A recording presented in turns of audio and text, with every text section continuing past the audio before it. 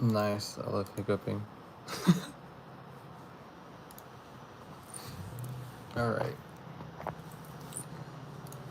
Where is my stuff that I have to copy and paste? It's up here.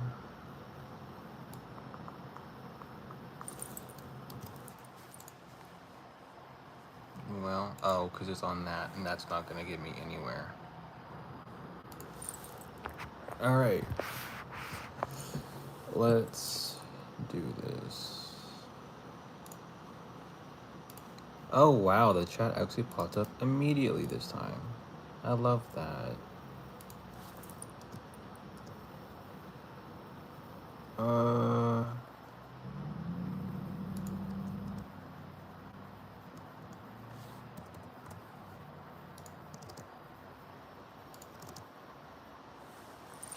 I think that's good.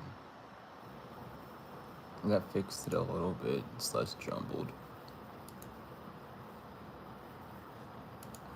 Alright. We are back in action. Welcome in, welcome in. We're back. We are back.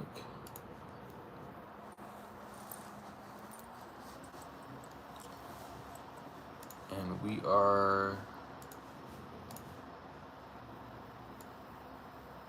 I guess gonna talk more about things when people come in because I don't know what to talk about again. I did not come prepared. I did the same thing where I take a shower and I hop on immediately and nothing. As I eat my final sugar cookie on the on the stream as well. But moods have gotten a lot better since earlier. Oh my god. I was not feeling it earlier. I was feeling the heat. And the heat almost took me out.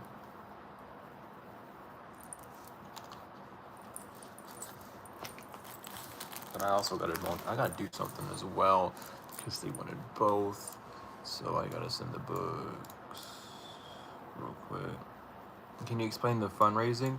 The fundraising is part for the tarot classes that I'm running. It's just to get funds. Eventually it's to get a building, but that's super future plans. Right now it's just to get better equipment for the tarot classes.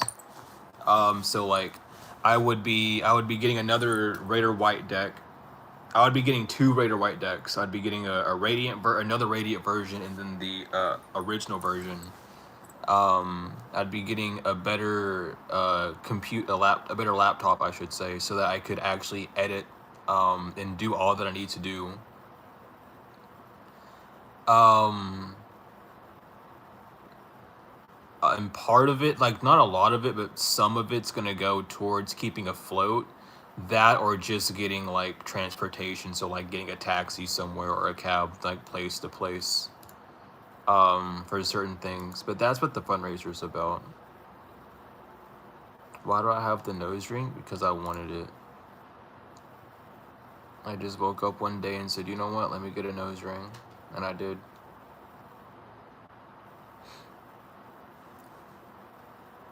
But that's the fundraiser. It's been going on for a minute. But as well with the better since I'm be getting another laptop as well, like a better one, so I can actually do things on it. It would be beneficial for that. Do I wear lipstick? No. Why are you asking these questions? Why are you like that? Yeah, see, like it's just the best like piercings or tattoos are usually impulses that you have like a good idea for.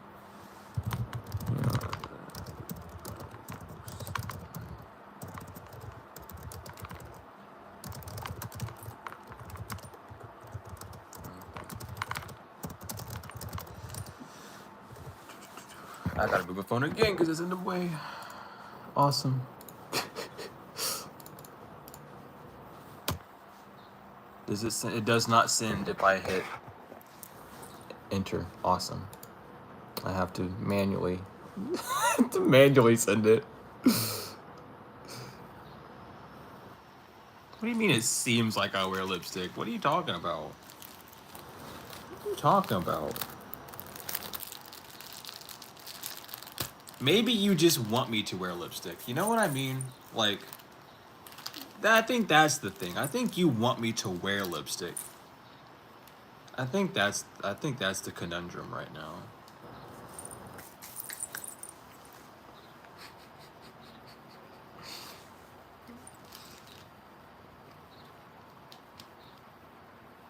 I don't know. You're the one talking about it. You have to like it. You have to be wanting me to wear lipstick or something.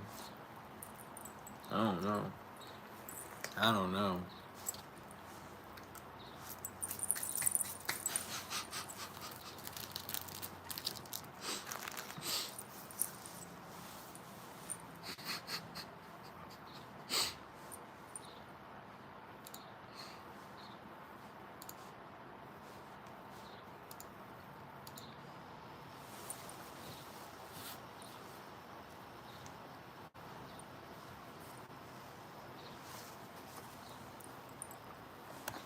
Nah, but what's up? How's everyone doing? What's going on? What be going on?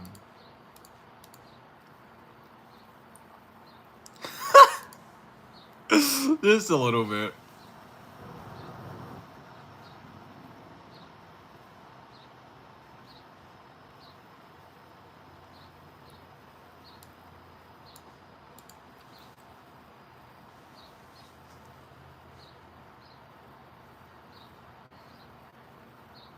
Well, I mean, it explains why good people get crucified in your book, in the Bible. It's because of scapegoating. People blaming others for things, people not willing to accept what's given at face value and expecting more to come from all those things. And it's not necessarily that the Most High God is allowing those things to happen. It's just simply there's an order of operations.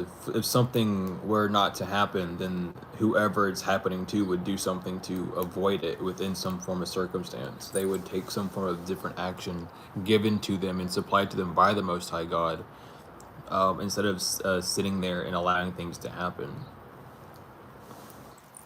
in certain ways.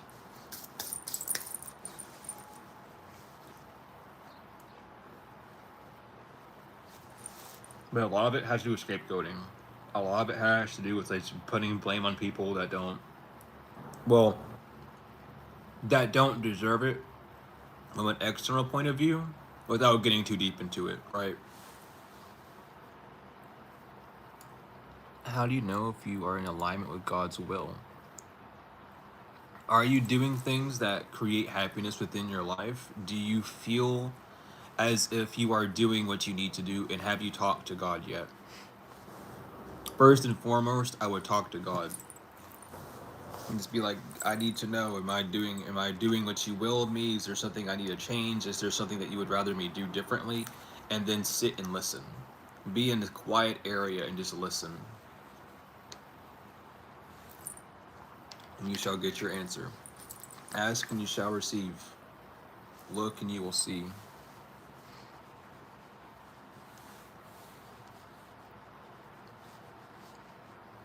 Seek and ye shall find. That's what it is. Excuse me. I said that completely wrong. Let me correct myself there.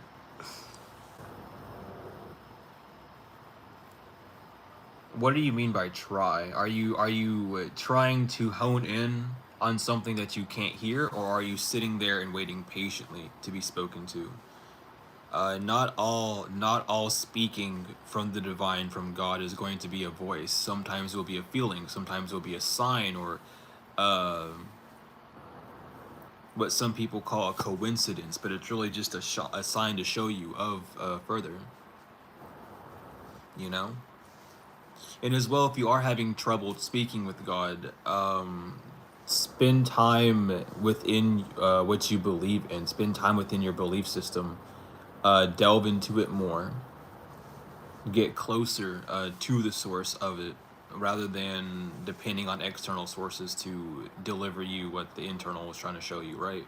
And it's not saying that you don't need to get advice from people, of course not, but when you're having troubles listening to the divine, it's because your attention is elsewhere. Because they're always talking to you. They're always trying to communicate with you. God is always trying to communicate with you. But when you're distracted, when you're focused on something else, you'll hear the voice in a lesser way, and you won't feel the things that you're desiring to feel. You won't receive the signs that you're desiring to receive and see, because you'll be distracted and attention will be put elsewhere.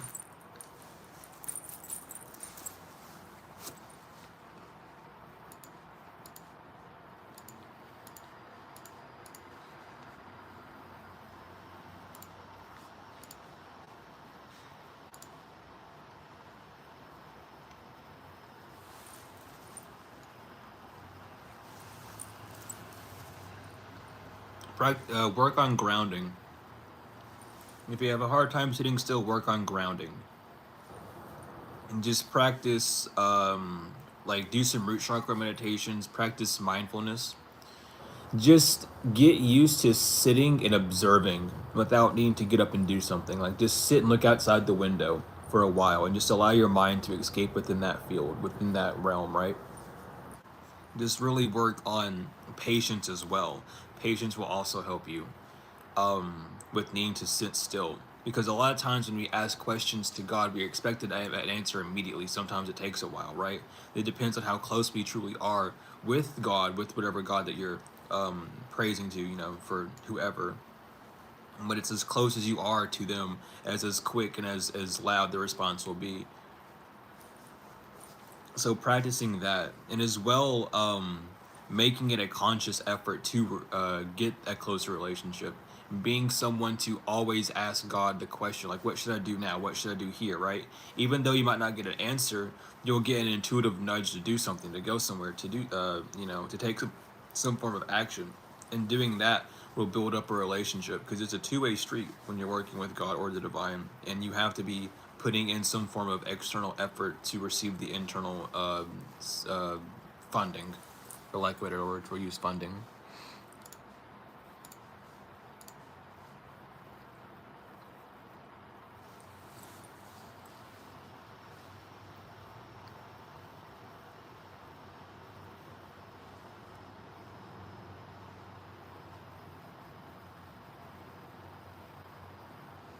Mm.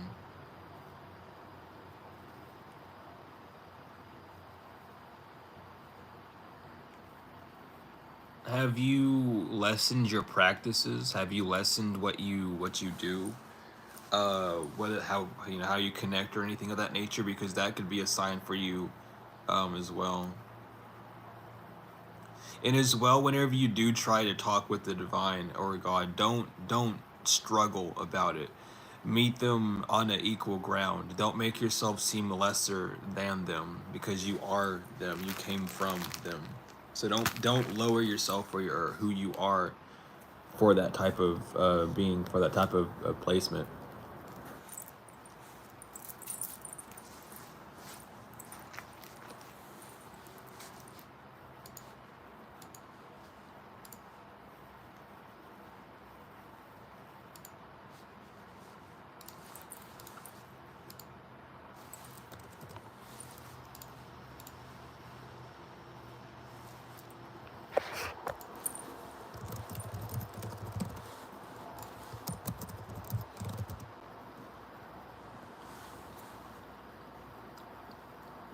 Okay, hold on. I gotta do this real quick. 'Cause I'm trying to sign. It's been verified. Nice. Continue. Doing that. Can believe would affect. No, but what can affect it is you changing your self-worth into feeling lesser. That can change it. The action of bullying can't change. Nothing external can change how the divine connects with you internally. The only thing that can change is from an internal standpoint. So if the bullying is making you feel like you are worth less, or not worthy of certain connections or certain things in life. Working with that will really help you connect to a more stable ground with yourself, so that you can hear the divine more, so that you can move forward with the way that you're wanting to. I need to use my email.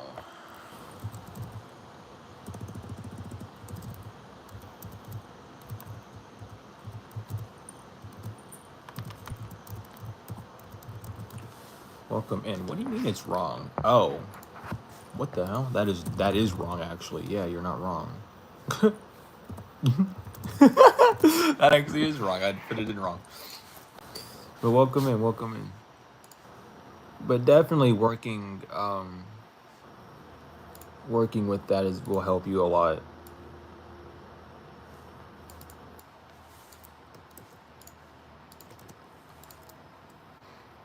What's up? Not much. Is it the same thing? I would hope it is, because if it isn't,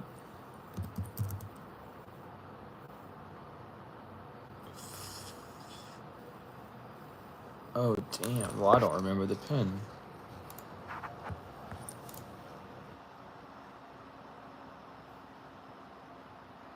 Oh, it's just gonna let me in? No, it's not. Okay, well, whatever.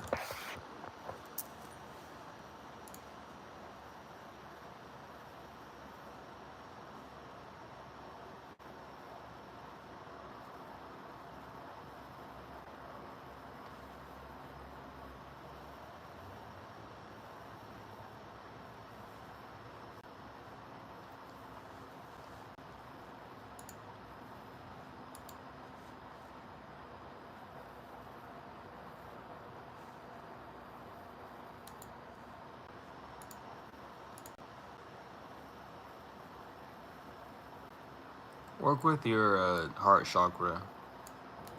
Work with your heart chakra. Because your heart chakra could really be blinding you from a lot of things. Oh, damn. That's unfortunate to find out. I'm sorry to hear that.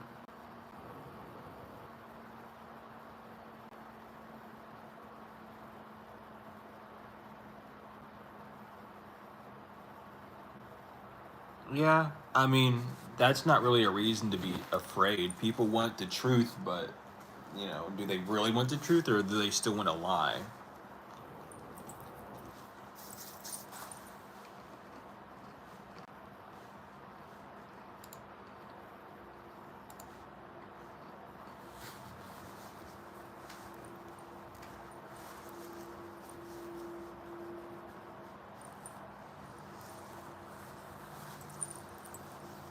Because if you're searching for the truth, the actual truth, you won't need to sugarcoat it, because sugarcoating it is a lie. It's lessening what the truth truly is. It's putting a barrier on it, a mask. You can just call me Z. That's basically what everyone calls me, Z or Luna, or.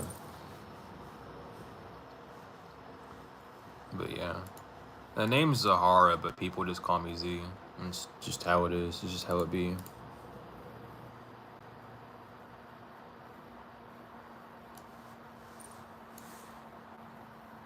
What are we talking about? That's the thing for y'all to bring up. And I don't know what the MBTI is. That's hilarious that you spelled it right off the pronunciation. No one else, none of my friends can spell it right. They'll either call me Zara or spell it Zara, and I find it hilarious.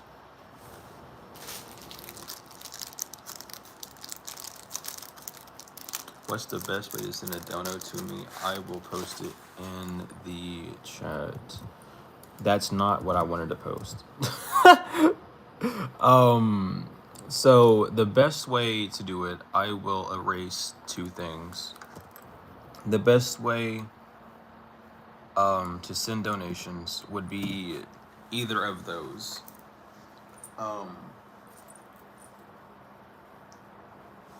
That's the quickest, it's the easiest. Yeah, oh, there it is. There's the lighter. and I appreciate it. Is it all in one or is it split? You know what I mean? Like, is it said in one full go, or is it split in two or three?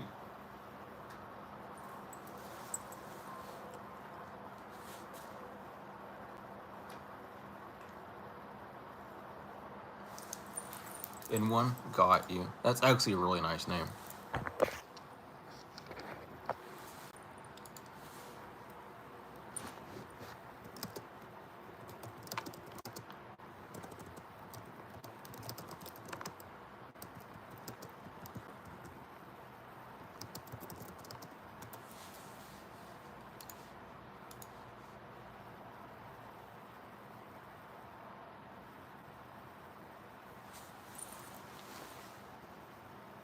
Where see, now that's got me. See, everyone asked me this question and now I'm gonna ask someone this question. That's the irony of today.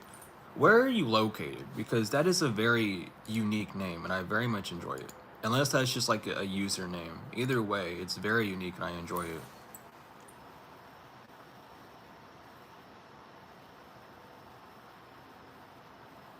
Michigan, word. You know what? That adds to the flavor.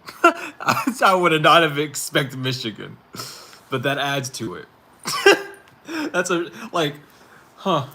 But no, that's a really cool name though. Actually, I enjoy people with names that aren't like basic, to say the least. Foreign sounding names or interesting syllables. Oh, I don't have a snap.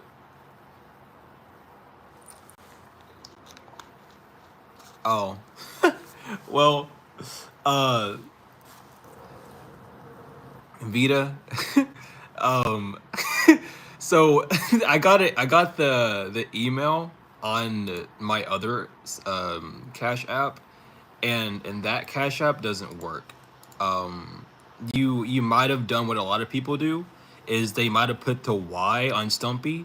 It's Stump X3. A lot of people do that. It's very unfortunate because they're both mine, but I don't have access to the other one because I changed phone numbers. All you really have to do is decline it, and then you can resend it to the right one.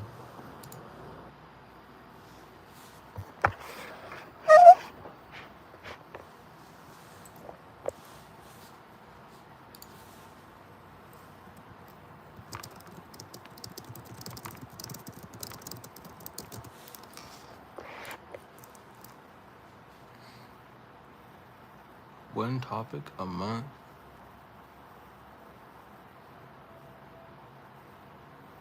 Fair.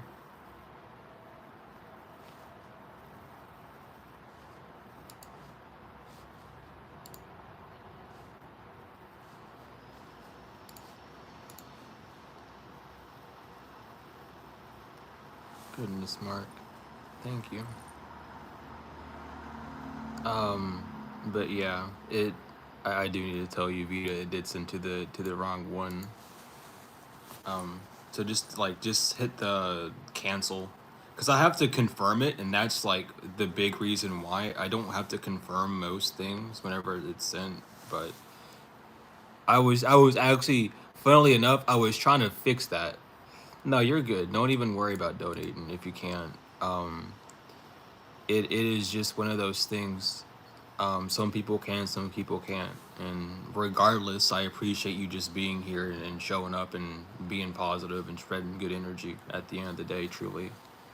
But I was trying to fix that, and I couldn't. I had to remember my pin, and I don't remember what my pin was. So I'm gonna have to do some finagling. Oh goodness, sorry, I'm looking at a chat.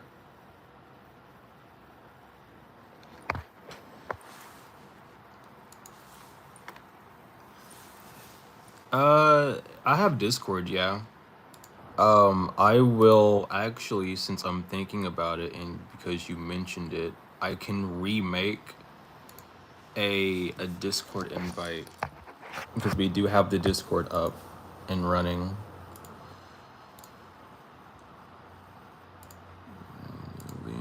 Copy.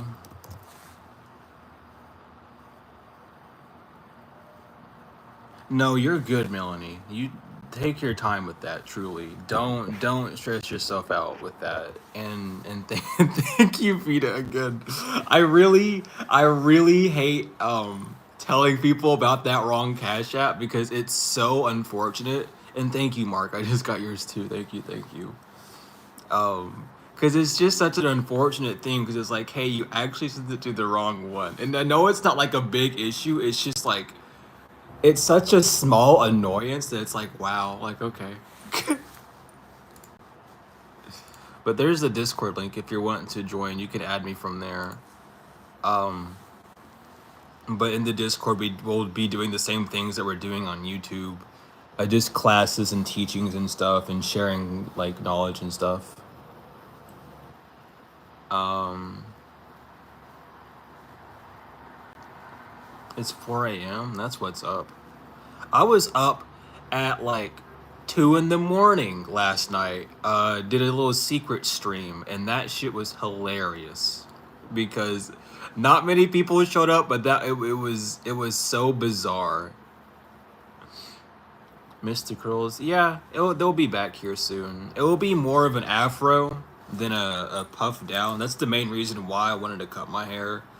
I used to have a really nice afro, and then all of a sudden, like 2 years ago, it got flat. I changed up what I was doing with it.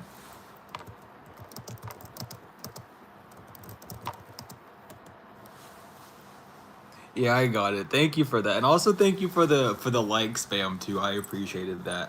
I wasn't gonna mention anything, but every time I seen it, it made me smile a little bit. So thank you for that. Um, what is the significance of this seven planet alignment? I've got asked that 1,000 times, and every time I get asked it, it makes me smile.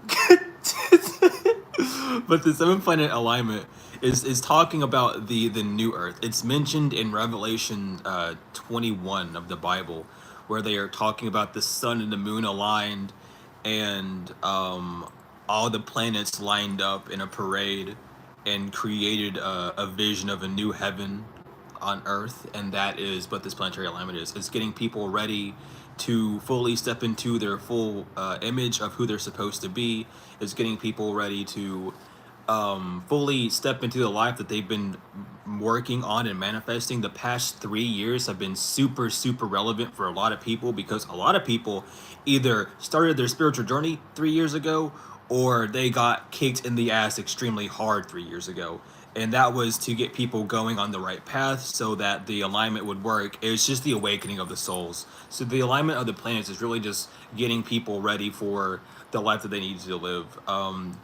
They might have been stopped or stalled due to archons or just magic being flown around, but regardless, it is being shifted.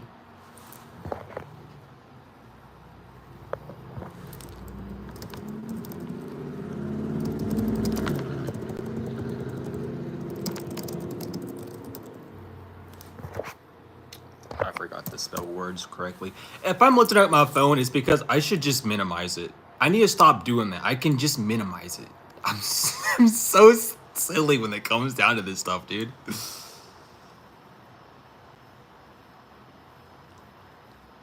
Yeah, you only need to be 8 years old to summon. Like, you have to be you have to be 21 to smoke. Uh, over here where I'm at, actually, we changed up the laws. It's 21 to smoke, 20, I think, one to drink. Some places it's 23, but 8 years old to 7 years old, you can summon you a demon. You can talk to the dead for sure. Mm.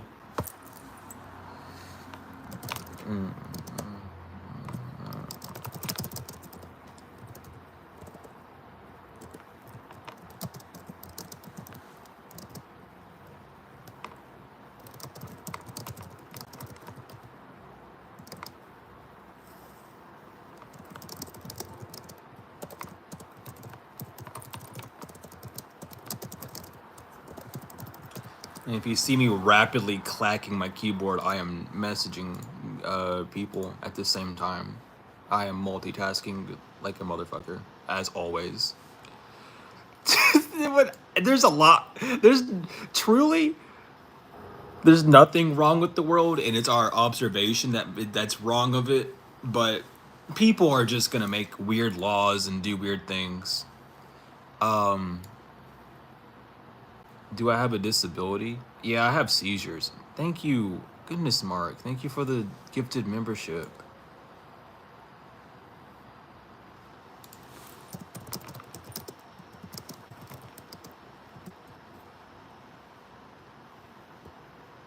Or what? I probably could do it right now, actually, if I just log back into the right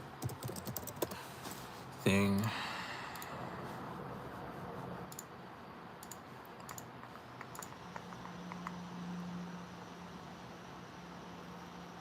Uh, it's just how it is. It's seizures, but you know, it ain't nothing too bad.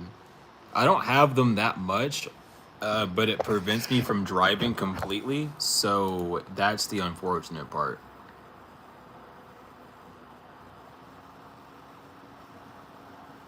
Yeah, it's this email.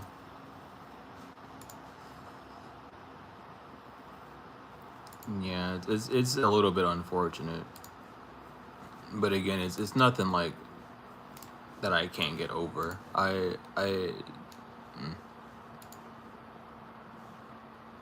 Just drive. Who's gonna stop you? Me when I have a seizure and wreck and die. That's what's gonna stop me. Let's keep it real. I've already tried driving before and I had a seizure. My dad had to like stop the car. So I was like, I'm done. I'd rather, I'd rather not risk it because I'd be driving solo most of the time, and unless I can snap myself out of it, I don't know. Man, I'm gonna let a seizure stop it. I will forever let a seizure stop. I don't even care. I will, and I am gonna let a seizure stop me from driving because I don't want to wreck and crash and die. Simple as. What does that say? I'm multitasking hard. Here we go. Because, like, if they weren't as bad as they've been, it wouldn't bother me. Why the fuck did it not let me do that? That's literally what it was. Nah, weed doesn't help me. Weed will make me literally have another seizure.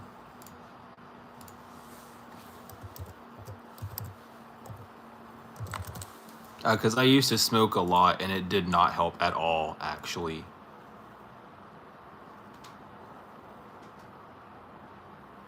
You like my keyboards? No, it's a laptop. Try shrooms. Done that. Doesn't help. I've took some journeys. I've took some roads. Why is it not letting me send anything? What is going on?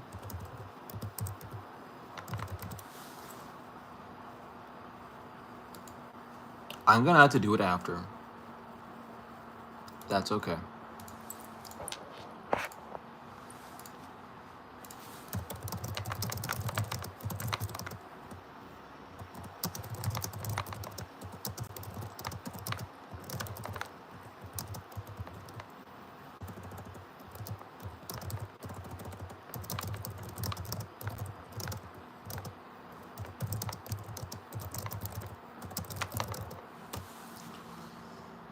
Try DMT out. I'm good. I've tried it before. And besides, DMT would not really help with seizures. It might actually induce seizures. Some people do have like seizures on DMT. It's got the overload. Welcome in, Bobby, again. Bro, I'm not gonna be taking drugs just to drive. What the fuck? Like, I'm just not gonna do it. It's okay. It's not the end of the world for me. I can get taxis and cabs and stuff and spend like $30 and get somewhere and never have to worry about going off kilter.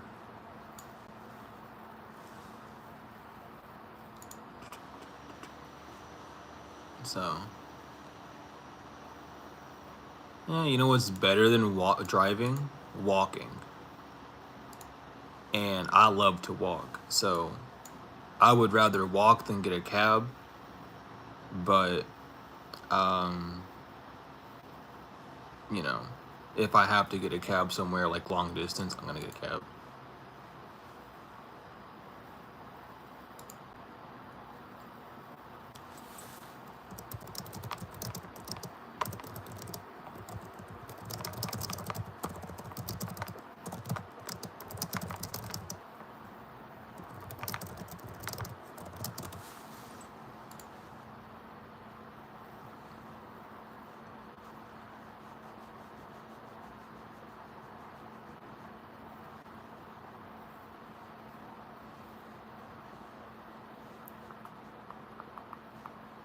What is this stream for?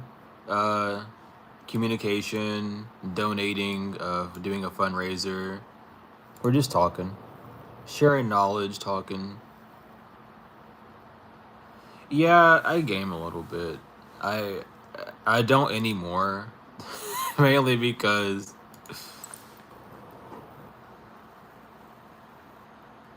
it's just a laptop. But I do game a little bit. I'm kind of bummed out that I can't play Monster Hunter Wilds because when that got released, I've been so excited for Monster Hunter Wilds to be released. I'm a Monster Hunter. I love Monster Hunter. I've played them all the way back from when they were on the PS1, the PSX. I mean, and World was one of my favorites. World and Frontier 3, minus the underwater combat, because that fucking sucked. But Monster Hunter 3 and World, those are my favorites. And then Rise came out, and I didn't like Rise that much. But Wilds is bringing back the same graphics as World. Well, did, and it's vamped up and better, and I'm excited as fuck for that because I played the absolute shit out of Monster Hunter World. I beat the game 20 times. I had over 1,000 hours, like over like I think 3 or 4 thousand hours on my PS4 on Monster Hunter World because I would help my friends beat the game, and then I would go around after that because after my friends all beat the game, we didn't really do anything except for farm. I would help randoms. I would just go and help like low levels who were stuck trying to fight bosses and stuff. I just loved that game. And I would do that testing builds. Yeah, I'm saying it right. Testing builds and things.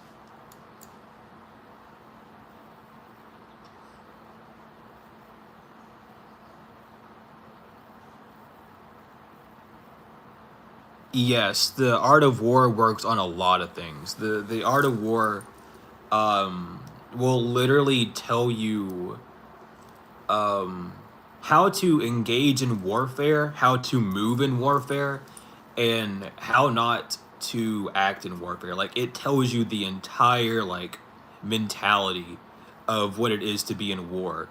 And how to defend yourself while also attacking someone and not attacking in like a violent way, but attacking them in a way that keeps them docile enough to where you can do what you need to do. It's a very mental, tactile book. It's super good to read because it will teach you not only a lot about yourself and how you almost fight yourself, but it will teach you about what's going on within like the world. It will teach you how to diffuse and how to ignore arguments. It's a super well endowed book. It is one of the best books that you could read. Man, I played on PS4, Mark. I was a PS4 person, but the PS5 does not look too promising because it keeps servers keep crashing.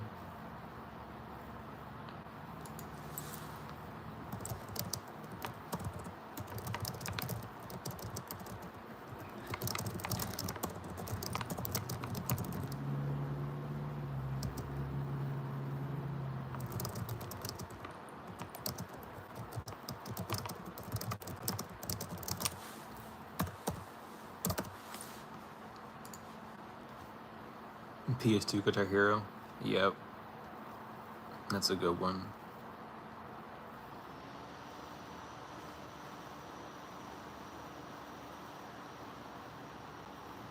See, that's the like I used to have an Xbox 360, but the controllers are so bulky I can't handle them. Oh yeah, K 100%. Like if you need any advice for like how to just defend yourself like mentally, it's crazy. Of course, thanks for popping in. Thanks for popping in.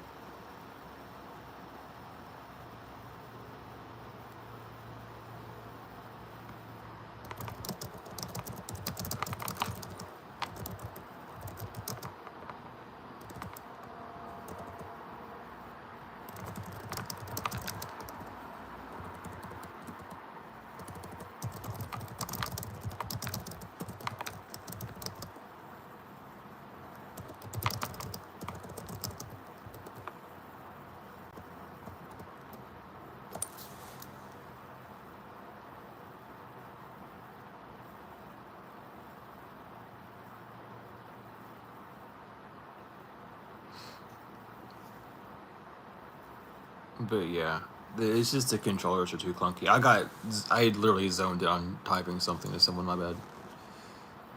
Uh,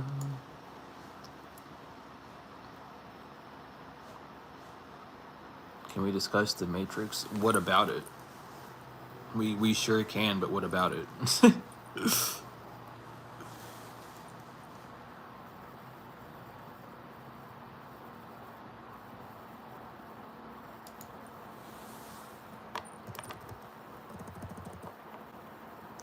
Like the Pope and Trump. You mean how the Pope died? I'm gonna keep saying that. I don't know. I don't care who says the Pope isn't dead. I'm standing by it. The Pope died. I don't. I swear, he's dead. There's no way you're gonna be like, oh, he's sick. No, he's dead. He's been dead for about 2 days or 3 days before he posted they were sick. Because now you got to figure out how the hell you're gonna announce to the world that the Pope died.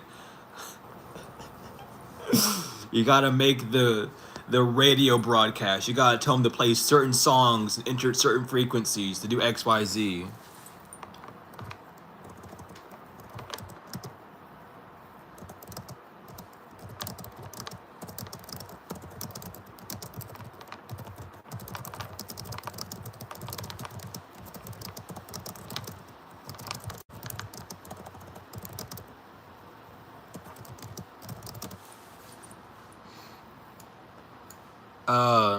But the whole thing with Trump and the Pope, it's some people are saying that Trump's going down the Hitler route.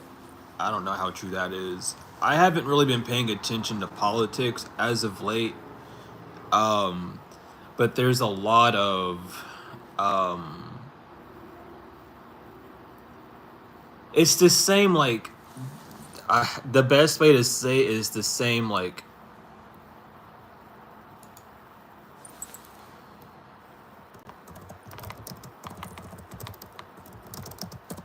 hold on for a minute. I gotta do something real quick. I gotta do something really, really, really quick. Okay, I'm back. Okay, I'm back.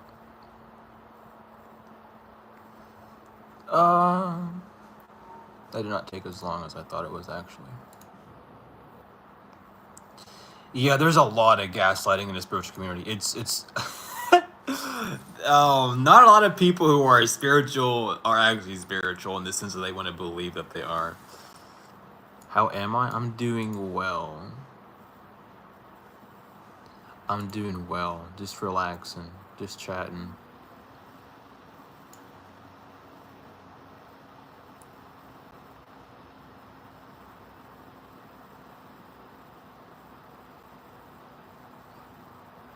Always, always. Being in truth is always going to help. Of course, like, being under different religions is going to help you find little keys and notes to get to the major truth. But sticking with the truth is really the best way to, like, free yourself. And it goes a lot further than freeing yourself from, like, dogma or external people. It's freeing yourself from yourself. Because once you realize that you're more than what you think you are, and even when you believe that you know who you are fully, there are still parts of you that you have zero idea about, then you'll start really being in the awakened part of your journey where it's like, oh, I actually don't know anything. Compared to everything that's happened, I know nothing. Like, some of y'all only know your ancestors back to Egypt or maybe the Sumerians or the Anunnaki. Do you all even know before then the events that transpired before then that happened that haven't been caught on record yet, or at least not on this plane? Like, there's a lot of stuff that, like, we don't know, and people want to be like, oh, I know everything. No, you don't. You know everything in a very tiny bubble that you've put yourself in. um it takes an eternity to experience our intro on cue. It takes an eternity to know these things, which is why we are stuck in eternity. So to know these things, it doesn't mean that one person's gonna have all this knowledge. Well, someone could truly, but that's a lot of power. That's a lot of energy for one vessel to hold, and it would probably combust.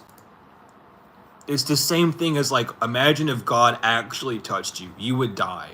You wouldn't be alive. You would be dead. Um, you would be burnt to a crisp. Like, if God is who, if, like, you know what I mean? I'm gonna have to clean the screen out for a second, so excuse that. But you know what I mean? Like, everyone wants to say these things as, like, similes and metaphors, but honest to God, if God Himself put a pinky finger like close to you in a tri-state area, your body would combust. Like, it wouldn't even have to be like that. It would be even probably further than that. You would die. You would die from the sheer fact that God touched you. Simple as. Like, there's no living from that. That's too much energy. If God is everything and has all the energy in the world, imagine getting shocked by that. You would just, it just wouldn't work. It just can't happen. You get touched by fractions of God through interactions with people is what we get. And doing that what takes obviously a lifetime, but you also have to interact with everyone in the world at the same time so you can know God in a full spectrum. Unfortunately, we don't have the pleasure of doing that. So what we do is we end up meeting people who remind us of people that we first met, who gave us an identity to attach to God, or or a being that eventually becomes lighter and lighter until we get a grander spectrum of, like, a tiny bit of what God is. And that's when we come together and exchange ideas and talk about things to create new ideals, enhance the brain, and get closer to God. Well, let's get closer to God and more understand who and what God is comparatively to what other people ask. I think we need to move to Jamaica. I want to move to Jamaica. That would be pretty fun if we could move to Jamaica.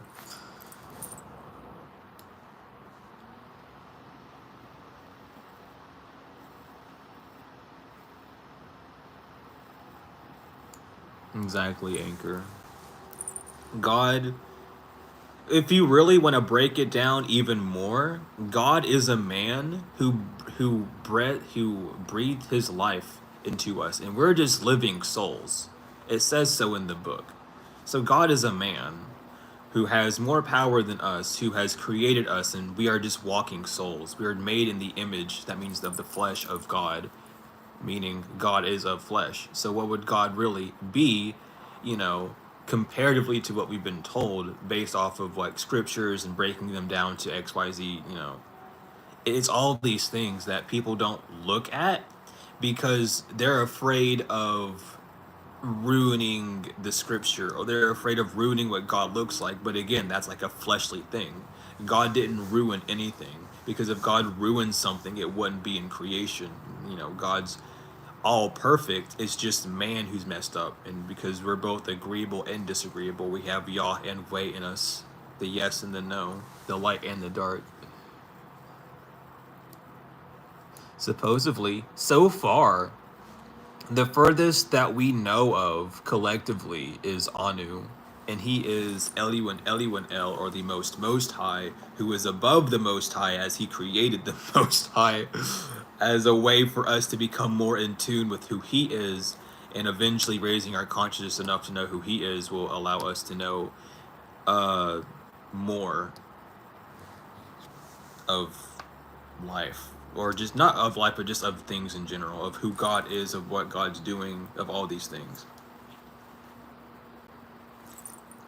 Because the nature of life is feminine to masculine, and anything that is creating is masculine, and anything that is nurturing is feminine by that nature. Anything that is positive is masculine, anything that is negative is feminine, as the feminine gives and the masculine takes, right?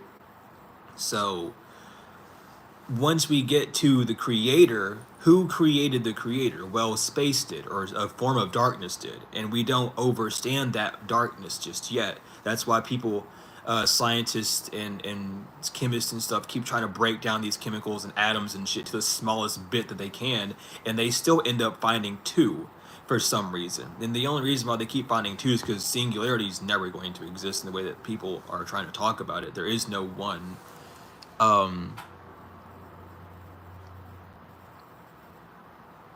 I don't know. I don't know about that. I definitely know what you're talking about with God being both male and feminine. But at the same time, like that goes really deep, because if you look at alchemy art, how alchemy art has both the feminine and masculine on one body. If God was truly both man and woman merged together with two heads, that means that we have ended up splitting ourselves from our original image, which would be to be a two-headed being or conjoined twins physically, and not just mentally and spiritually. You know what I mean? So with that in mind, when did we lose our other half physically? And why did we have to lose that other half physically? And are we going to obtain that second half back again, right? And this is all just going off of what we know, where we're made in the likeness of God. If God truly was a two-headed being, where did our second head go? Why is it not here? And are we ever going to reach a point of evolution where we get that back? Or have we strayed too far away from it? You know what I mean? But definitely with all the alchemy art, how it is, how it's created, and just everything back then, it could be a possibility. Um,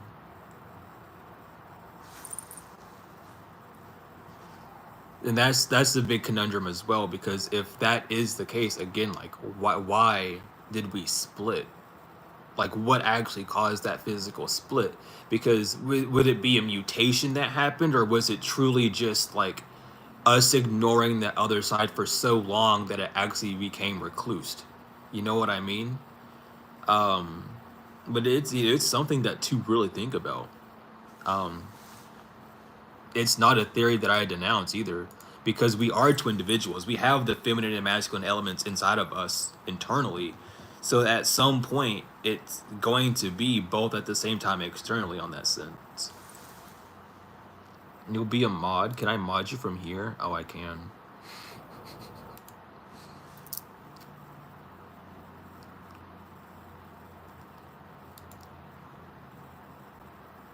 There you go. There you go.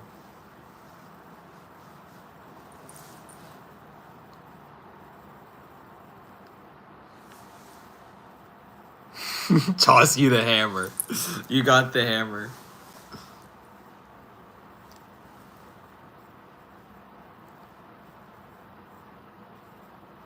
But I do enjoy thinking about that, anchor. That's actually something me and my mentor talk about a lot. Um, yeah, because this is something me and my mentor talk about a lot. Especially when it comes down to tarot, and how tarot enacts all of this too. Um, because it's like multi-headed beings are not a new thing. We've had hieroglyphs and paintings of multi-headed and multi-limbed beings that are shaped just like us. So it's not like anything new or outlandish. It's just something that people aren't yet ready to speculate on because we're not used to it on the physical. Oh, that's like a disease, a mutation. No, but it's a thing that happens in real life. And the way that conjoined twins operate would be the exact same way a conjoined twin in that sense would work as well. So it does make sense. It's a very, very thing. It's a very I'm gonna say very obvious thing, depending on who you are. Um, exactly. We have multi-headed. We even have not only just multi-headed. We have multi-faced gods. We have gods that have multiple faces on them to explain. Yeah, Mark. Come on, Mark. I just gave you mod, and you let that slip up. We gotta give you a little bit of a rough one for that one.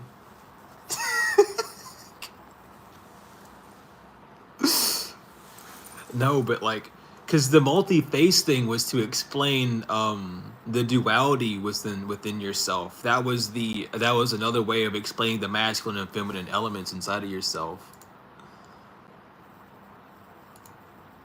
Mark's probably trying to figure out how to do it. It's okay. I'll fix it. We got it. Um,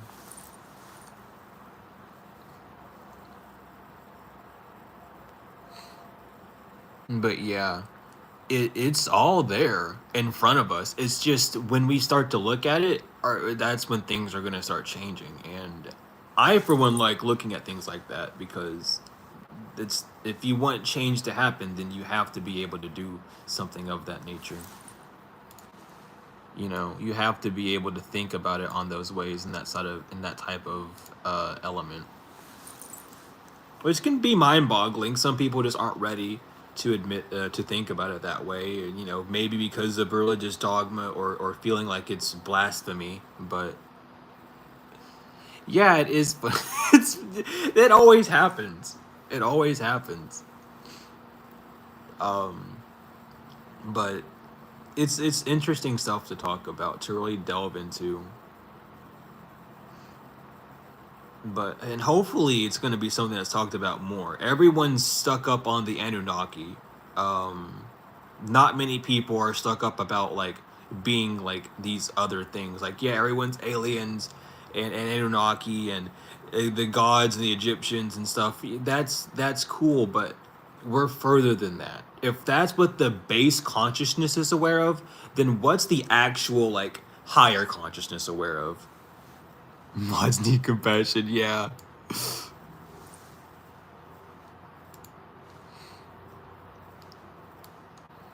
But it's all, you got to really think about it and really look into it.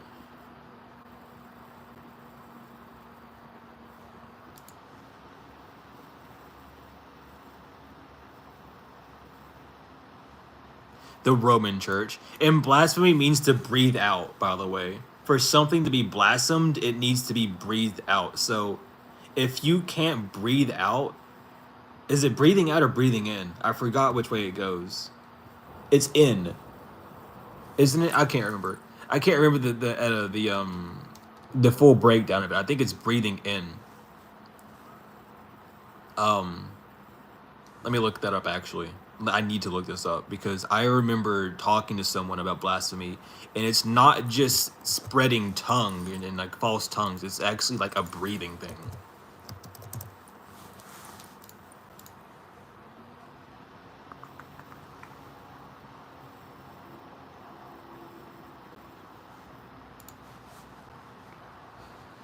Da, da, da, da, da. I need this.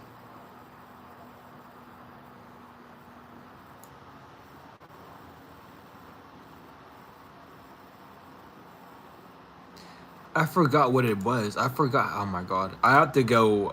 I'm gonna have to do like a whole thing on this. Yeah.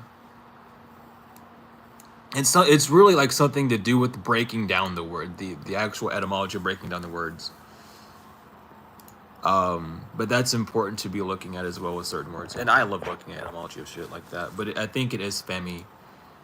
It's blast and femi that are split up. Exactly. And that's the whole thing with judge not least ye be judged, because when you judge someone you're breathing out that you're blaspheming on them. You're now telling an ambitious or distorted perverted opinion of someone else, even if it is in the sense of positive. In your opinion it could still be blasphemy to them and who they are. It's a whole thing, which is again why God has an interpersonal connection with who you are, so that you understand who God is and not who someone else wishes for God to be for you. It's a whole thing, but it's there. If people just aren't looking deeply into it like that, and it needs to be looked into like that. These words that we're using, they're not what we think. They're compound words. They're made up of literal vowels most of the time.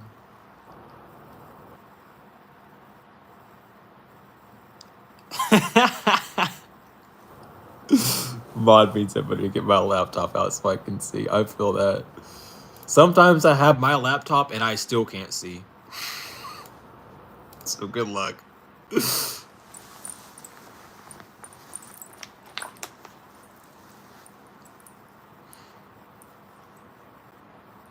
But yeah, there's a lot. That's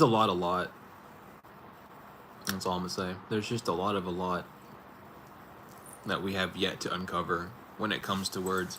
Like, one that I always talk about a lot is words that begin with A mean not. And it's not like apple, but we're talking about agnostic and things of that sense, where A is an actual syllable instead of a pronunciation in the word. Because that just means not. Like, alive means not living by definition of biology. You can use the definition of the modern world if you want, but alive means not living. It means it is not, it's dead. You cannot be alive. You must be live. You must be living. You must be in action. Alive is the lack of being live, you know? And that's like a good place to start if you're wanting to break down words and etymologies and know what you're talking about when you say things. Start of it like that. Words that have like conversation. Why do you want to have a conversation? Why do you want to have a situation where you have a bunch of verses or things being said in connotation or cons or opposites of each other? Why can't we just have a proverbation, which would be two verses that are beneficial and benefiting from each other rather than being met at split ends? You know what I mean? It's a whole thing. And a lot of African spirituality, a lot of Jamaican beliefs, and all, and going back to the Rastafaris and stuff, they speak like that for a reason, and it's because they understand that words are spells, not just words are spells, he he he he. No, they actually understand it and they live by it because they're trying to fully make a change that hasn't really spread to the U.S. just yet, even though it's been spreading ever since like the 70s, 60s, 70s with Bob Marley coming through heavy. Um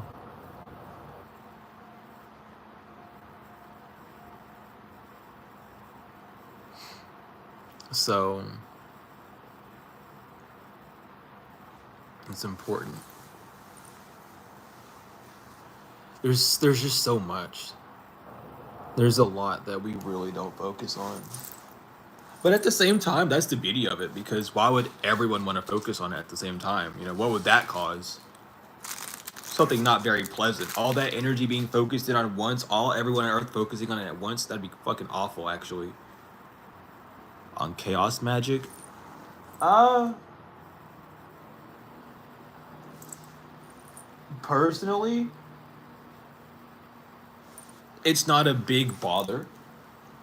The world that we live in is based off of chaos. It's not perfect. It does have its own element of chaos. You need that element of chaos to create change. So it's definitely a natural part of life, but trying to implement it on somebody to cause an imbalance of chaos within an individual's life, I don't necessarily agree with doing that, because why would you want to play God in someone else's life? But in general, chaos magic isn't like a problem with me. Because again, it's like a very natural state of being. Everything has its own state of chaos to it. If it didn't, then it wouldn't really have a reason to exist. And even if it did exist, it would be completely eradicated, obliviated, and sent to oblivion after its span of life happened, rather than evolving into something new, or changing form, which is what death is. Changing from the physical back to the spiritual. That's my take on it, though.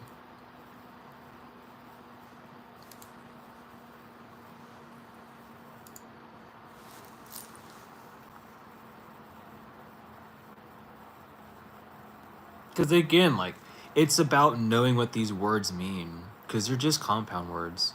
Then yeah, the name gives it a bad rap, but it's less of the name and more of like how people connotate the word chaos with. You know what I mean? Like, if people studied biology or physics or science, there would be so many words that would not have such an awful connotation for people, and they would literally be crazy. You know, well, not they wouldn't be so up in arms about certain words, I should say. I don't know why I said crazy. My brain went blank.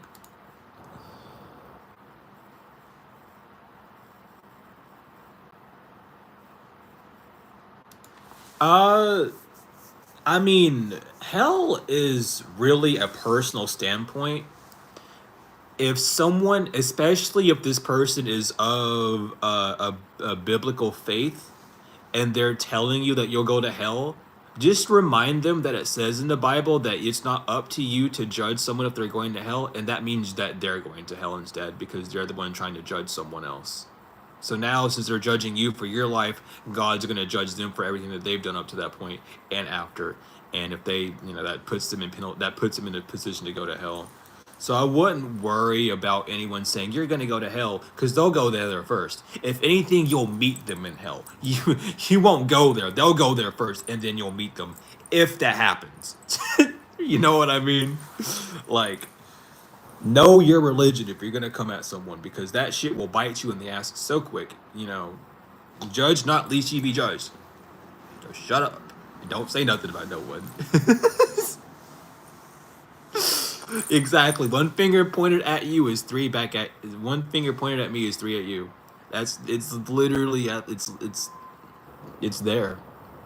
And then you have those people that point like, yeah, but we point like that. No, you don't. You have your whole arm connected to you, so don't even start with me on that. Now you're just acting a fool, because you trying to play mind games. And if your arm's connected to you, what does that mean?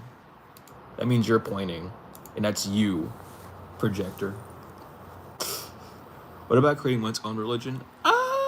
There's not really that's kind of what polytheism is, if you really think about it.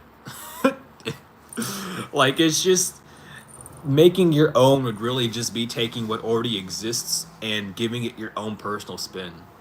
Because you can't really create a new religion. Everything that's been under the sun is going to be under the sun. There's not really a creature or a stance on life that you can newly create that hasn't already been talked about or followed, even if by a very small niche group. So it's not necessarily bad, and that's kind of what's happening anyway in life.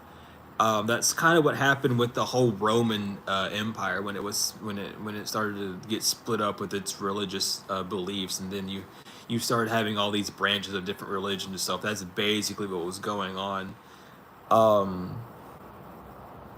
So it's not necessarily a bad thing. It's just more of how you're wanting to connect with the information that you're receiving. Whether that's a benefit for others or not is for whoever to debate. I don't really care about that part. But kind of, I mean, really, like everything is just kind of emitting to their own. Like even with spirituality, you'll bump into people and they'll say, "You can't do this if you're spiritual. It's bad and evil and gross." And then you'll see a bunch of people doing it anyway, and they're probably more spiritual than that one person that said that they were. You know what I mean? It all really depends.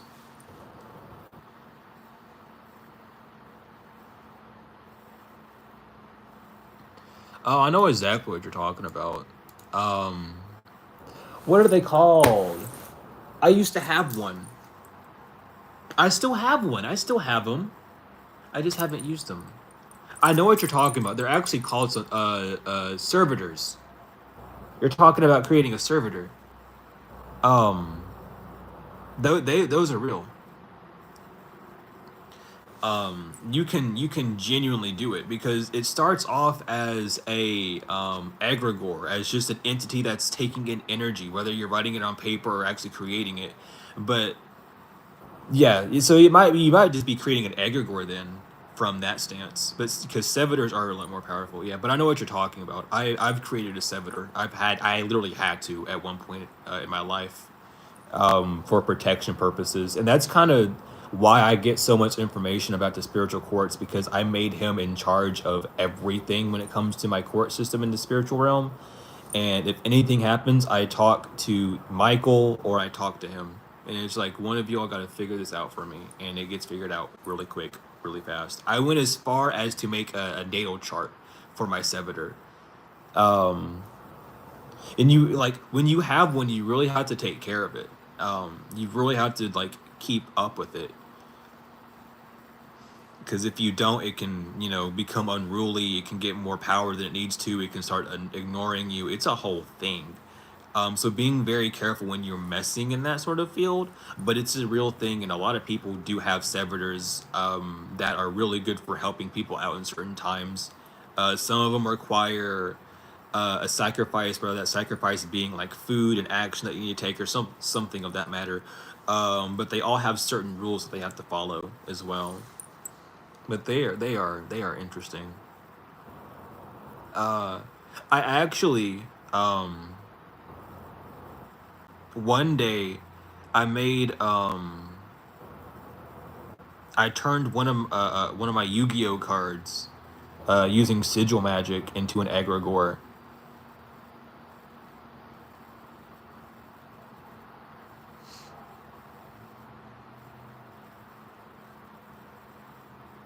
Yeah, they can turn against you. They once they become their own sentient energy and you confirm it, they can and will turn on you if you're not careful. You really have to treat them with respect. You really have to be there with them. I remember when I first had mine, I was at a mall and like things just started happening. Um, I noticed that someone from my high school was giving me a stinky eye, and I was like, I really just don't want this person here. And immediately after I said that, they got up and left. I found like $10 on the floor while just walking. Um, it like stuff. It's really it's incredible. I need to go talk to my servitor now that I'm thinking about that again. Since I'm messing with the quartz again, I should probably talk to him again because it's been a while. I kind of just sent him off doing something.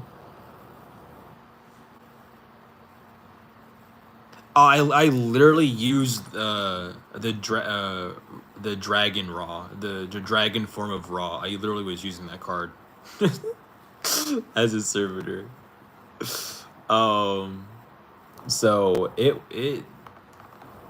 kicked ass. It did its duty, and the card ripped in half one day, and it was done, and it was over. So I made sure I cleansed it, and I gave it a proper burial, and I left it at that because it was done, and I no longer needed to use it.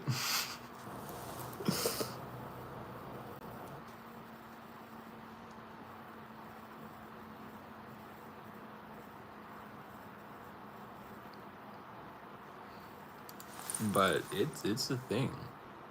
You just gotta be really careful. No, see, that's the thing. I messed with Magic the Gathering a lot. I was huge into Magic the Gathering, and it didn't really click with me the amount of consciousness those cards had until the 2016 Eldrazi deck came out, the very first Eldrazi deck. And I immediately asked my dad to take me to the pre-release because I wanted to be the first one at school to have the Eldrazi set because I was tired of running artifacts because people are running artifact hate decks and I couldn't do anything. So I got the Eldrazi decks, and I just remember after the first deck I made, the amount of power and energy that came from that deck was actually fucking insane.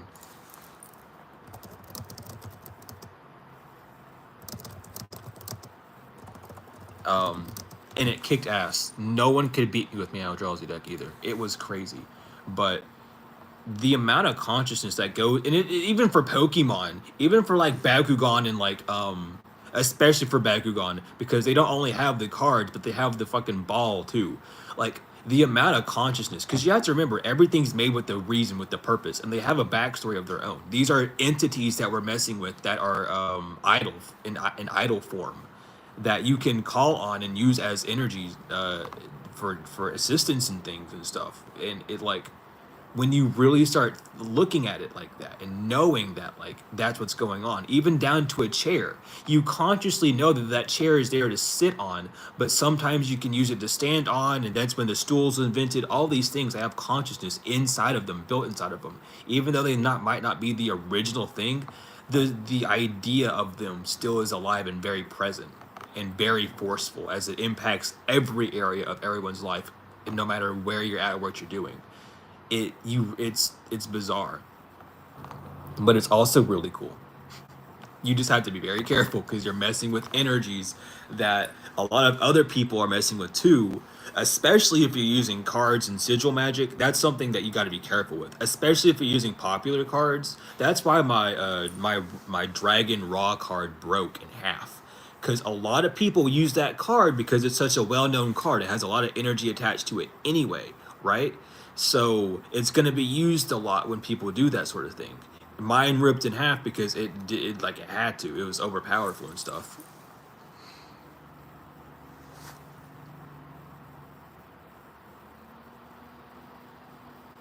Oh, really?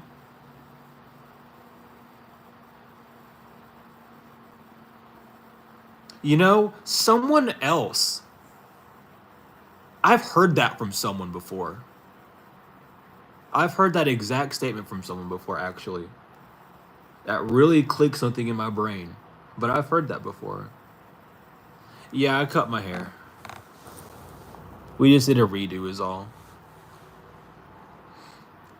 It used to be like bald. Yeah, they will literally protect you, like seriously. It like same thing for like garden gnomes and shit, dude. You get little statues that you think are cute. Those things can protect you.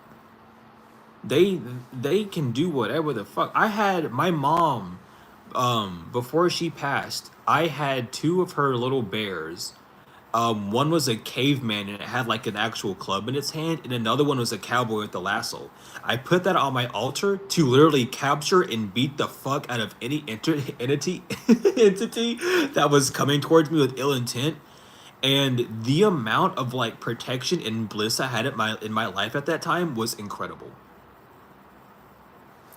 Like you put intention into it, it's gonna work. That's just how it is. You just have to allow that intention to stay. It's the same thing as speaking in the water. It's the same thing as using fire to burn away undesirable things. It's it's just how we operate and how we live, and the ancients knew this, and they live like that. I mean, they're in burials in Egypt when they would give mummies. What they would do is they would take hippopotamus statues and break off the second left leg, for protection. That's the same reason why they used a scarab over the heart, with the lapis in it, a lapis scarab to protect the heart, and its transitions from one realm to another. We used this stuff way back in the day, but it's become different. They're no longer what we think they are. It's all these different things, and people don't realize how carelessly they're throwing out energy, and not only energy but entities. at that matter, when it comes down to these things. And that's why energy projection is such like an awful thing, because we don't realize that we created it at first, and then we threw it out there for it to come back to us. It's crazy, and like it's bizarre. It's just what we live in. I can go all day talking about it because I've done so much stuff with that. Um, but it's a never ending thing. You know, like gargoyles even. Like, why do you think in the Victorian era on their castles they would have gargoyles? Those are watchers. Those are protectors. They're there to sit there and watch and detect things that they're coming in that don't need to be in there. You know what I mean? Like, it's been used in centuries. Why do you think in the Ghostbusters movie, why do you think the gargoyles become haunted and the statues come to life and stuff? It's literally showing you what they're used for.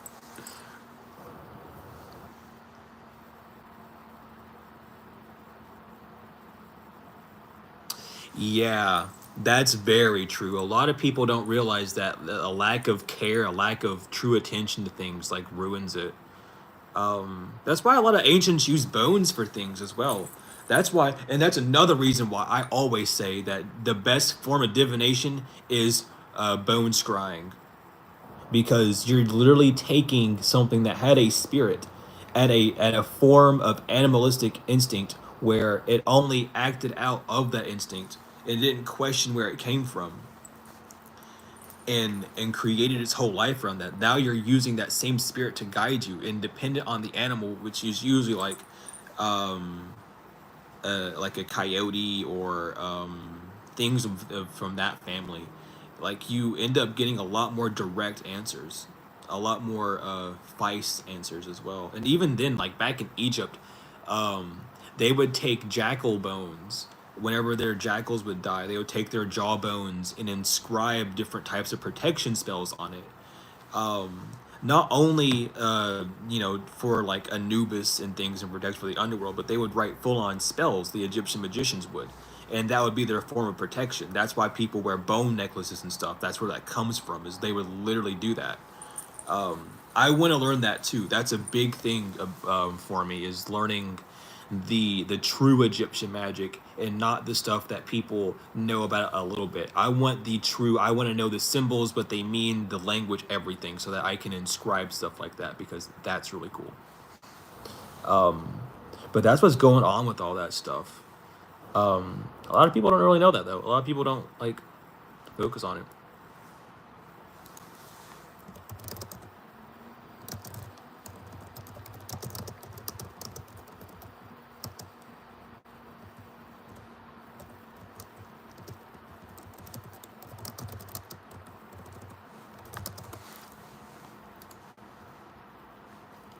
There's so many things. There's so much. Like, the ancient arts of life has been forgotten, and it's dreadful. To me, it's dreadful, at least because I, for one, stick very closely to how gypsies lived in the Kemetic way of life. And to see all the truth, the connectivity, not only with others but with the internal and the God within, is just bizarre to see it not being around. And I've always noticed that too. It's like I've noticed people are so separate from what they actually need to be connected to, and it causes so many like different side effects.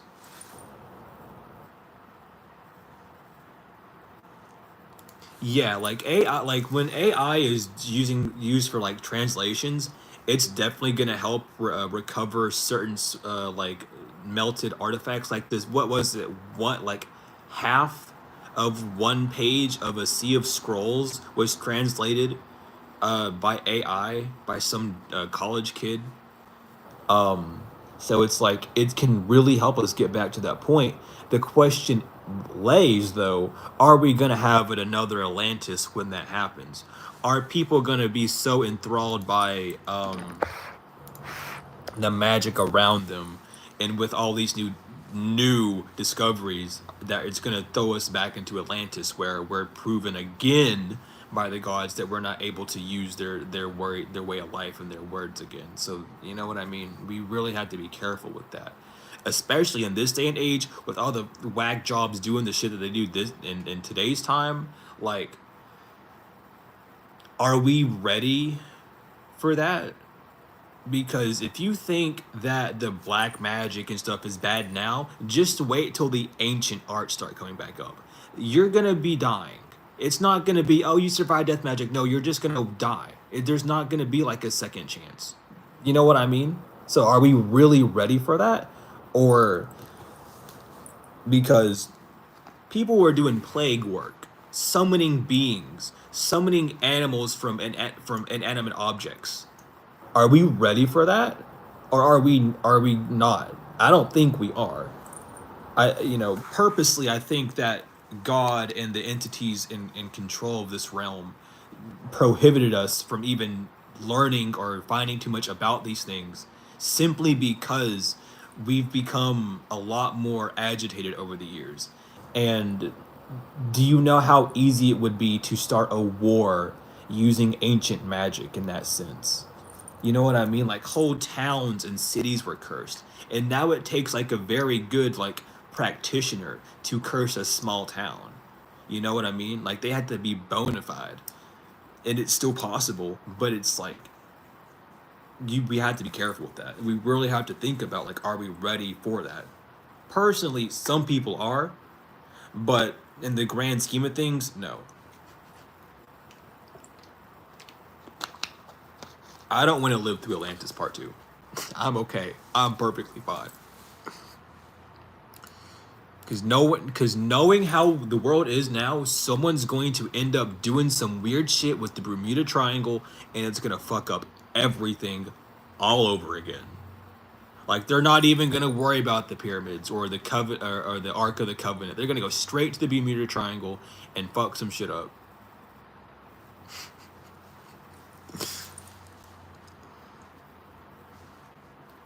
So it's like these things, like, it's possible, but we just got to make sure that we're ready for it. Because I don't know.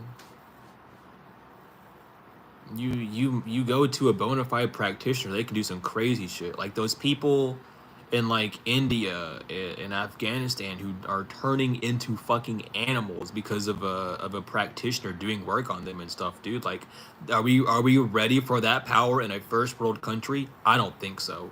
I think we're too divided for that in a first world country, because everyone's gonna be like, oh, I don't have this, and they're gonna do some weird shit and fuck up. Like, it's gonna, not only that, but you have to even calculate the fact that we're changing the energy so much is crazy.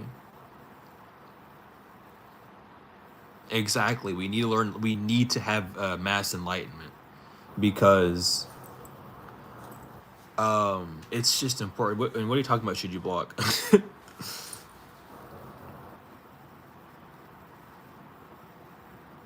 Exactly, because it's like, even when doing like simple magic, you're still like, um,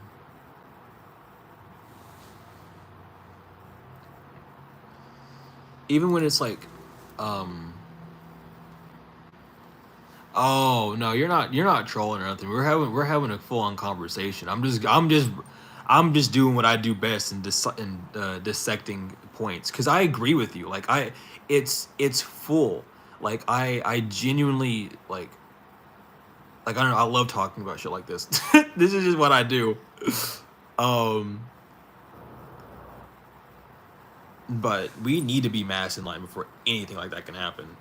Because, like, even like doing protection spells and stuff, we end up changing the energy not only around us but around whoever we're protecting ourselves from so drastically that things just start happening. And if we had the exact power as the ancients did, doing that for stupid shit, you know what I mean? Like, oh, I don't want to go to work today, so I'm gonna make my whole workplace close down. Then that just put how many people into jeopardy, and then that puts their destiny or their life at stake now, because they can't do the thing that they need to do, and that fucks up their life, and then you're responsible for it. It's like all these things you gotta think about. And that's why the ancients were so secretive when it came down to this stuff. Like, you were born into this stuff. You weren't just figuring things out unless you were lucky enough too. You were born into this craft. And when you were born into it, it wasn't just you were born and you didn't have anything. You were born with the ability to do things. And as you grew up, you had to learn how to control them and to use them for a benefit or not, and depending on who you were and what you were doing.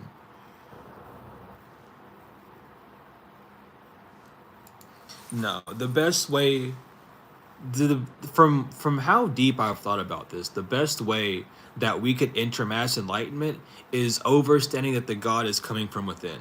Until we can fully personify God into a physical flesh form, we need to first internalize what God actually is and see God from a perspective of the observer and not as one as the definer. That's the first step. Whenever we can stop looking up to idols and statues of things and really realize that it's us, then we can start going back to that type of way.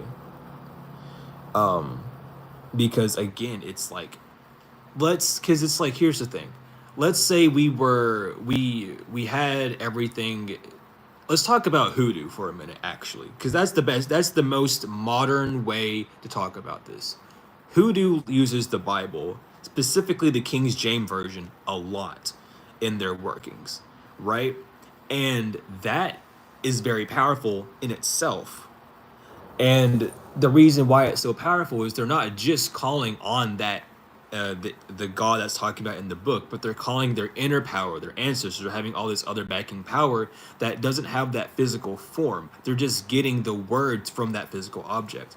If we were to revert immediately, people would be putting so much word and power into the book that the book itself would have its own sentient power. Therefore, meaning if you follow anything of the Bible or use anything in the Bible for any sort of thing, you would have to 1000% follow by those rules or suffer the exact consequence of what would happen. Oh, you're using the Bible to steal something from you, you're going to die. You're going to have your firstborn stolen from you. Something fucked up's going to happen to you. And it's not going to be like, oh, it might happen. It's going to be a definite because of how powerful the words of that sentient book entity would be. So it's like we have to be very careful when doing these things. And some people have that sort of power. Yeah, it would literally become a full-on servitor. The Bible, as it stands right now, in all religious texts and anything of that sense, stands as an egregore, as it can change the energy around it, but not really control it. It can change how you feel about things and how you're moving around things, but it can't necessarily change things on its own. It would full-on evolve into a servitor with all that energy, and then fuck up everything and everyone. We would literally be seeing the majority of Christians like fall down into pits of despair because of how they're living their life versus what the Bible says. And that goes all the way down to eating meat, especially pig and pork. It's like listen, we're not ready for that. No, I don't think anyone's ready for that. Not even I'm ready for that. You know what I mean? You couldn't judge someone. You wouldn't be able to judge someone mentally.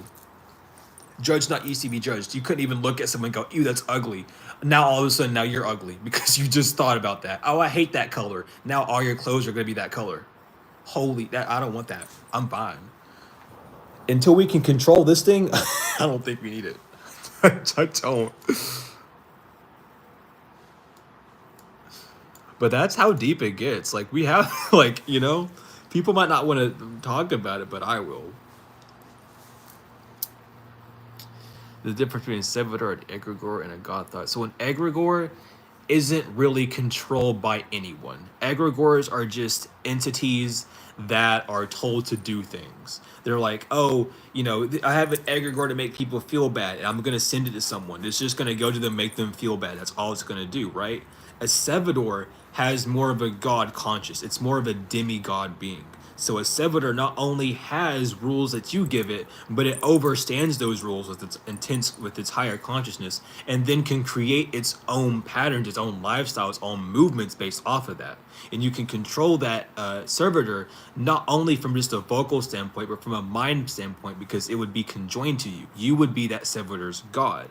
until that servitor decides to overthrow you due to ignoring it or misusing it or however, and then it can get in trouble. That servitor also falls under God's law, so it can get in trouble under whatever religion or way of life that you follow. Your servitor can also get in trouble with that based off the laws that it would have within that sense, meaning that you would get a backlash from misusing your servitor on that sense. It's a bigger cause.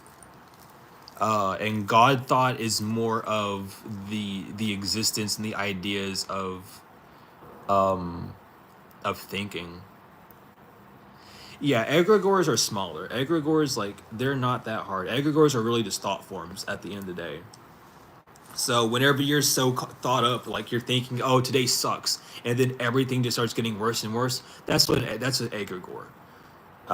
It doesn't really have much control. It just adds on. It just allows you and like siphons off of you and eats things out, from you to create that existence into more of a reality.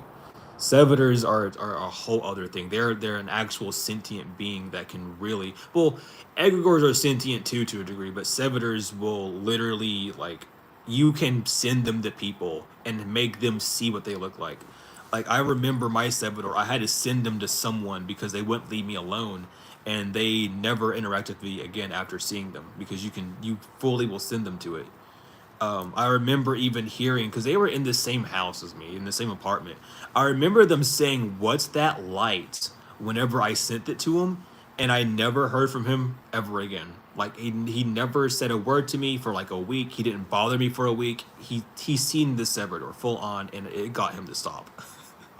So that's the difference between servitors. You can do some fucked up shit with servitors, so be very careful. Servitors can also be used for protection as well, or help with your spiritual path, or helping with connecting with certain entities and whatnot as well.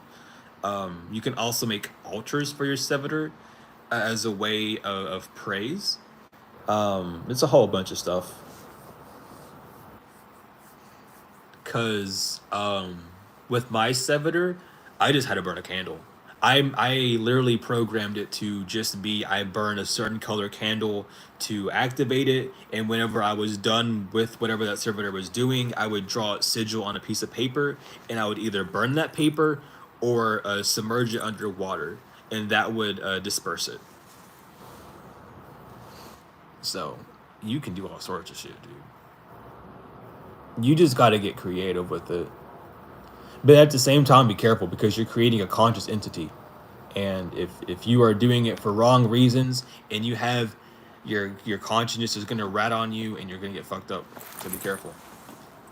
You got to be careful because it comes with a lot of responsibility. And your servitor can even turn on you if it gets in trouble too much because it's like, you're not treating me right, you're not teaching me anything, so I'm not going to work for you anymore. It's a whole thing.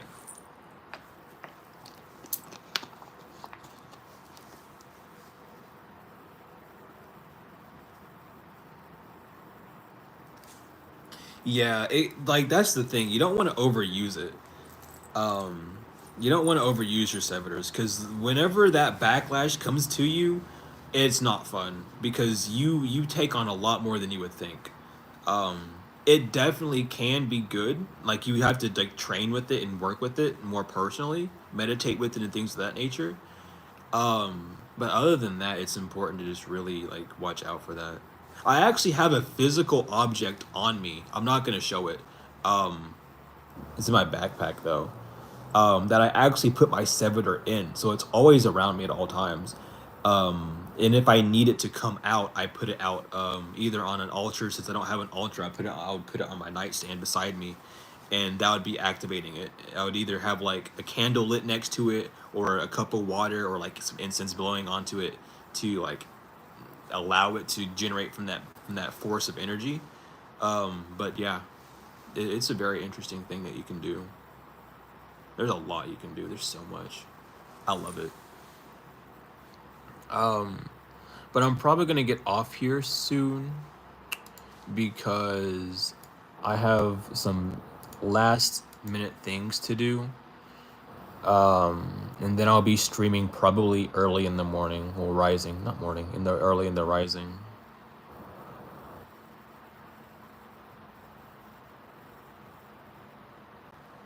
Yeah, definitely. If you can make a second servitor or a twin servitor with your main one to like, get rid of it when it needs to be getting rid of, that is the safest route you can go. Oh my goodness, you can do so much stuff with that. Like, there's so much. I love talking about servitors and egregores. Yeah, like, I haven't talked about them that much with anyone, so this is the first time I've actually got to delve deep inside of it. I love talking about them. They are so interesting and cool.